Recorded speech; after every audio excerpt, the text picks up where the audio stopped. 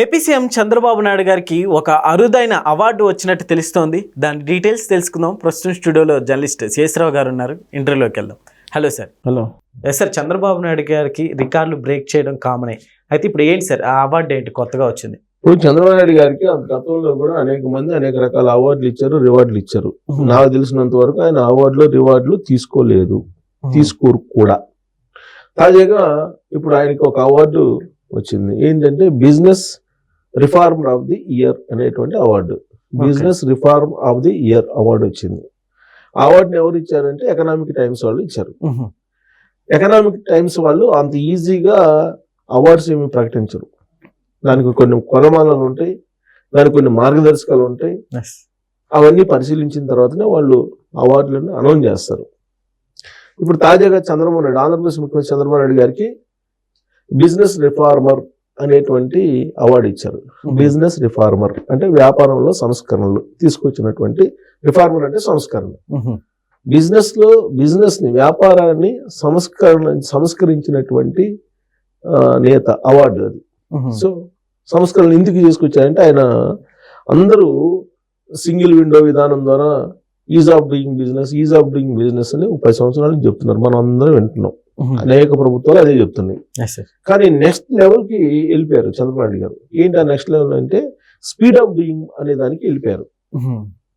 ఆయన is of doing business కాస్త speed of doing business కి వెళ్ళిపోయారు ఆయన.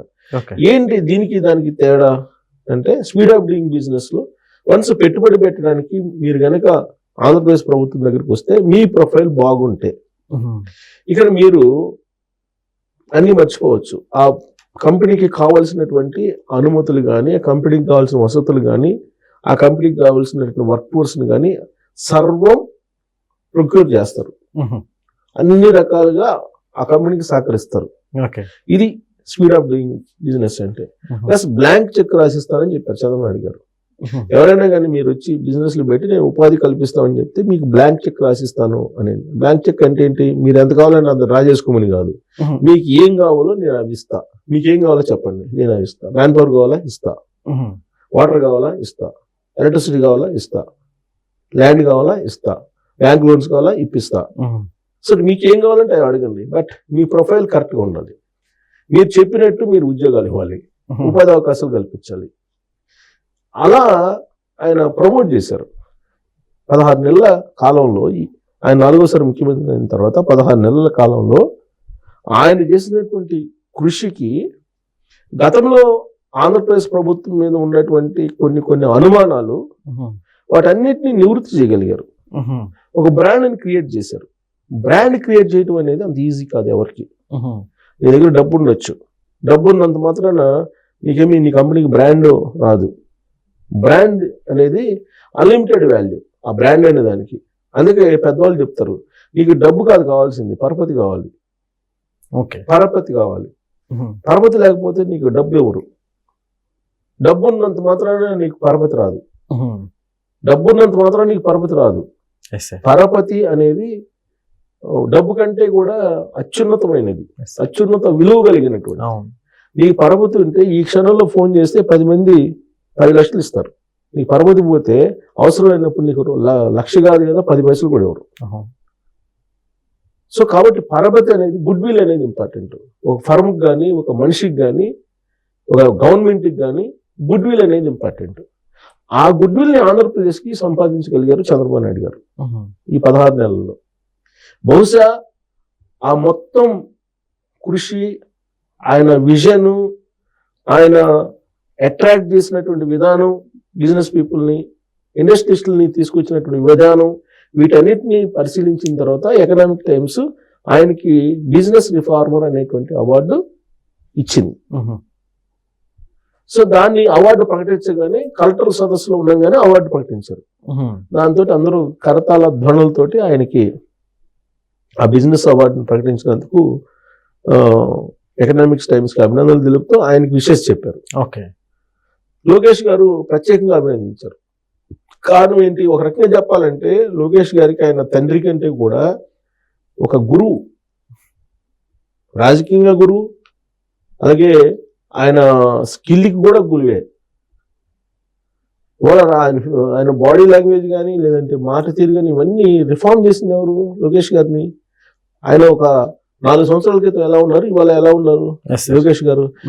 ఆయన రిఫార్మ్ చేసింది ఎవరు? రిఫార్మ్ అంటే మార్చడే కదా. ఆయన్ని ట్రాన్స్ఫార్మ్ చేసింది ఎవరు? చంద్రబాబు నాయుడు గారు కదా. చంద్రబాబు నాయుడు గారు ఆధ్వర్యంలోనే కదా. అందుకే చంద్రబాబు నాయుడు గారు ఒక రాజకీయ గురువుగా భావిస్తూ ఉంటారు లోకేష్ గారు చంద్రబాబు నాయుడు గారిని. అందుకే ఆయనకి ఈ బిజినెస్ రిఫార్మ్ అనే అవార్డు రాగానే ఫస్ట్ ప్రశంసించింది చంద్రబాబు నాయుడు గారిని లోకేష్ గారు. మరి దీంట్లో లోకేష్ గారి కృషి లేదా అంటే ఉంది, డెఫినెట్గా ఉంది లోకేష్ గారి కృషి. అర్జునుడు యుద్ధం చేస్తుంటే రథసారథిగా కృష్ణుడు ఉంటారు. అర్జునుడు గెలవడానికి కారణం ఎవరు? కృష్ణుడు. కృష్ణుడు లేకపోతే అర్జునుడు గెలవడు. మహాభారత యుద్ధం గెలవదంటారా? మహాభారత యుద్ధమే లేదు కదా. యుద్ధం లేదు, యుద్ధంలో అర్జునుడు గెలిచే పరిస్థితి లేదు. సో కాబట్టి చంద్రబాబు నాయుడు గారిని మనం ఒక రాజకీయంలో ఆయన్ని అంటే ఈ అభివృద్ధిలో లోకేష్ గారి చేత ఒక యుద్ధం చేపిస్తున్నారు. లోకేష్ గారు చేస్తున్నారు కూడా. చంద్రబాబు నాయుడు గారు మదిలో ఏదైతే ఉందో, లేదా చంద్రబాబు నాయుడు గారి ఆలోచన ఏదైతే ఉందో, చంద్రబాబు నాయుడు గారి విజన్ ఏదైతే ఉందో, దానికి అనుగుణంగా లోకేష్ గారు కూడా స్పీడ్గా కదులుతున్నారు. ఇప్పుడు పాలసీలు తయారు చేశారు, దాదాపు 25 పాలసీలు తయారు చేశారు. ఈ 25 పాలసీలకు అనుగుణంగా మళ్ళా బిజినెస్ పీపుల్ అట్రాక్ట్ చేయడం, ఇవన్నీ కూడా చేసింది ఎవరు? లోకేష్ గారు. ఇప్పుడు ఆయన ప్రజెంట్ జనరేషన్ జంజీ నాయకుడు అనుకోవాలి ఆయన. ఈ జంజీలో ఏముండాలి? టెక్నాలజీ. గతంలో మాదిరిగా హార్డ్ వర్క్ చేస్తాం, పేపర్ వర్క్ చేస్తాం అంటే కుదరదు. No paper work.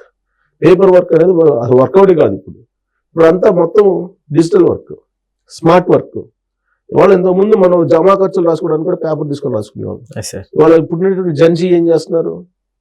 మొబైల్లో టెస్ట్ చేసుకుంటున్నారు మొత్తం. అవునా? సో కాబట్టి లోకేష్ గారు చంద్రబాబు గారి ఆలోచనలకు అనుగుణంగా ఆయన స్పీడ్ ఆఫ్ డూయింగ్ బిజినెస్ ని చేయడంలో టెక్నాలజీని వాడుకున్నారు. ప్లస్ ఆయన స్టాన్ఫోర్డ్ యూనివర్సిటీలో చదవడం, MBA, తర్వాత వరల్డ్ బ్యాంక్ లో ఉద్యోగం చేయడం, ఇవన్నీ అనుభవాలు ఉన్నాయి కాబట్టి వాటి దృష్ట్యా చంద్రబాబు గారి ఆలోచన మేరకు వాట్సాప్ ఒక గ్రూప్స్ తయారు చేసి ఎవరైతే కంపెనీలు వస్తారో వాళ్ళతో అందుబాటులో ఉండి అవసరమైనటువంటి ఉద్యోగులు కూడా ఆ గ్రూపుల్లో పెట్టి మొత్తం ఫైల్ మూవ్మెంట్ లేకుండా మొత్తం వాట్సాప్ లోనే నడిపించేశారు. అందుకే 16 నెలల్లో 15 లక్షల నుంచి 16 లక్షల కోట్ల రూపాయల పెట్టుబడులు వచ్చినాయి ఆంధ్రప్రదేశ్కి. 7 నుంచి 8 లక్షల ఉద్యోగాలు వచ్చినాయి. ఇది ప్రభుత్వం చెప్తున్న లెక్క, నేను చెప్తున్న లెక్క కాదు, ప్రభుత్వం చెప్తున్న లెక్క. సో కాబట్టి చంద్రబాబు నాయుడు గారిని ఈ కోణం నుంచి ఆలోచించి ఆ అవార్డు ప్రకటించుంటారు. ఆయన సుదీర్ఘ రాజకీయ ప్రయాణంలో 50 సంవత్సరాల రాజకీయ ప్రయాణంలో ఈ అవార్డులు ఇదేం పెద్ద గొప్ప అవార్డు అని ఆయన ఏం ఫీల్ కావట్లేదు. ఈ అవార్డులు పైగా అవార్డులు అనేక మంది డాక్టరేట్ ప్రకటించారు ఆయనకి విదేశీ యూనివర్సిటీలో, అది కూడా తీసుకోవాలి ఆయన. సో అవార్డులు రివార్డులు కాదు, ఆయనకి కావాల్సింది ఏంటంటే ప్రజల సేవ. ప్రజలకు మనం ఏం చేసాం, ప్రజలు మన గురించి ఏమనుకుంటున్నారు, మనం చేసినటువంటి పని ప్రజలకు నచ్చుతుందా లేదా, ఇది ఆయనకి ఇంపార్టెంట్. ఇప్పుడు 4వ ముఖ్యమంత్రి అయిన తర్వాత ఆయనలో బాగా పెరిగినటువంటి బాగా గమనించదగినటువంటి మార్పు ఏంటంటే ప్రజలు మనం అర్థం చేసుకుంటున్నారా లేదా, మనం చేసినటువంటి పనిని వాళ్ళు రిసీవ్ చేసుకుంటున్నారా లేదా, దాని పట్ల వాళ్ళు సంతృప్తి చెందుతున్నారా లేదా, ఇది తెలుసుకునేటువంటి ప్రయత్నంలో ఆయన ఉన్నారు. ఇంతకుముందు అది కాదు, ఆయన పని చేసుకుంటూ వెళ్ళిపోయి ఇది మంచి పనే కదా చేసుకుంటూ వెళ్ళిపోదాం, ప్రజలు అర్థం చేసుకుంటారని వెళ్ళిపోయేవాళ్ళు. కానీ ఇప్పుడు అట్టు కాదు. ఆయన మనం చేస్తున్నాము, ప్రజలు అర్థం చేసుకుంటున్నారా లేదా, మరి అది అనుభవిస్తున్నారా లేదా, పాజిటివ్గా అది రిసీవ్ చేసుకుంటున్నారా లేదా, ఒకవేళ రిసీవ్ చేసుకోకపోతే మళ్ళీ ఏ విధంగా దాన్ని మార్చుకోవాలి అనేటువంటి నిత్య విద్యార్థిలాగా ఆయన అయిపోయాడు ఇప్పుడు. సో కాబట్టి ఆయన ఒక అసెట్ ఆంధ్రప్రదేశ్, ఒక బ్రాండ్ వాల్యూ అని చెప్పి భావించి ఎకనామిక్ టైమ్స్ అంటే ఉండే వాటిలో మీడియాలో ఎకనామిక్ టైమ్స్కి ఒక వాల్యూ ఉంది. ఆ విలువైనటువంటి మీడియా అది. ఎకనామిక్ టైమ్స్ అనేది విలువైనటువంటి ఇది. ఎకనామిక్ టైమ్స్ లాంటిదే చంద్రబాబు నాయుడు గారికి అవార్డు ప్రకటించిందంటే డెఫినెట్గా చంద్రబాబు నాయుడు గారు ఈ 16 నెలల్లో చేసినటువంటి ప్రత్యేక కృషికి గుర్తింపుగానే ఇది ఇచ్చి ఉంటుందని చెప్పి మనం భావించాల్సి ఉంటుంది. Okay sir, thank you.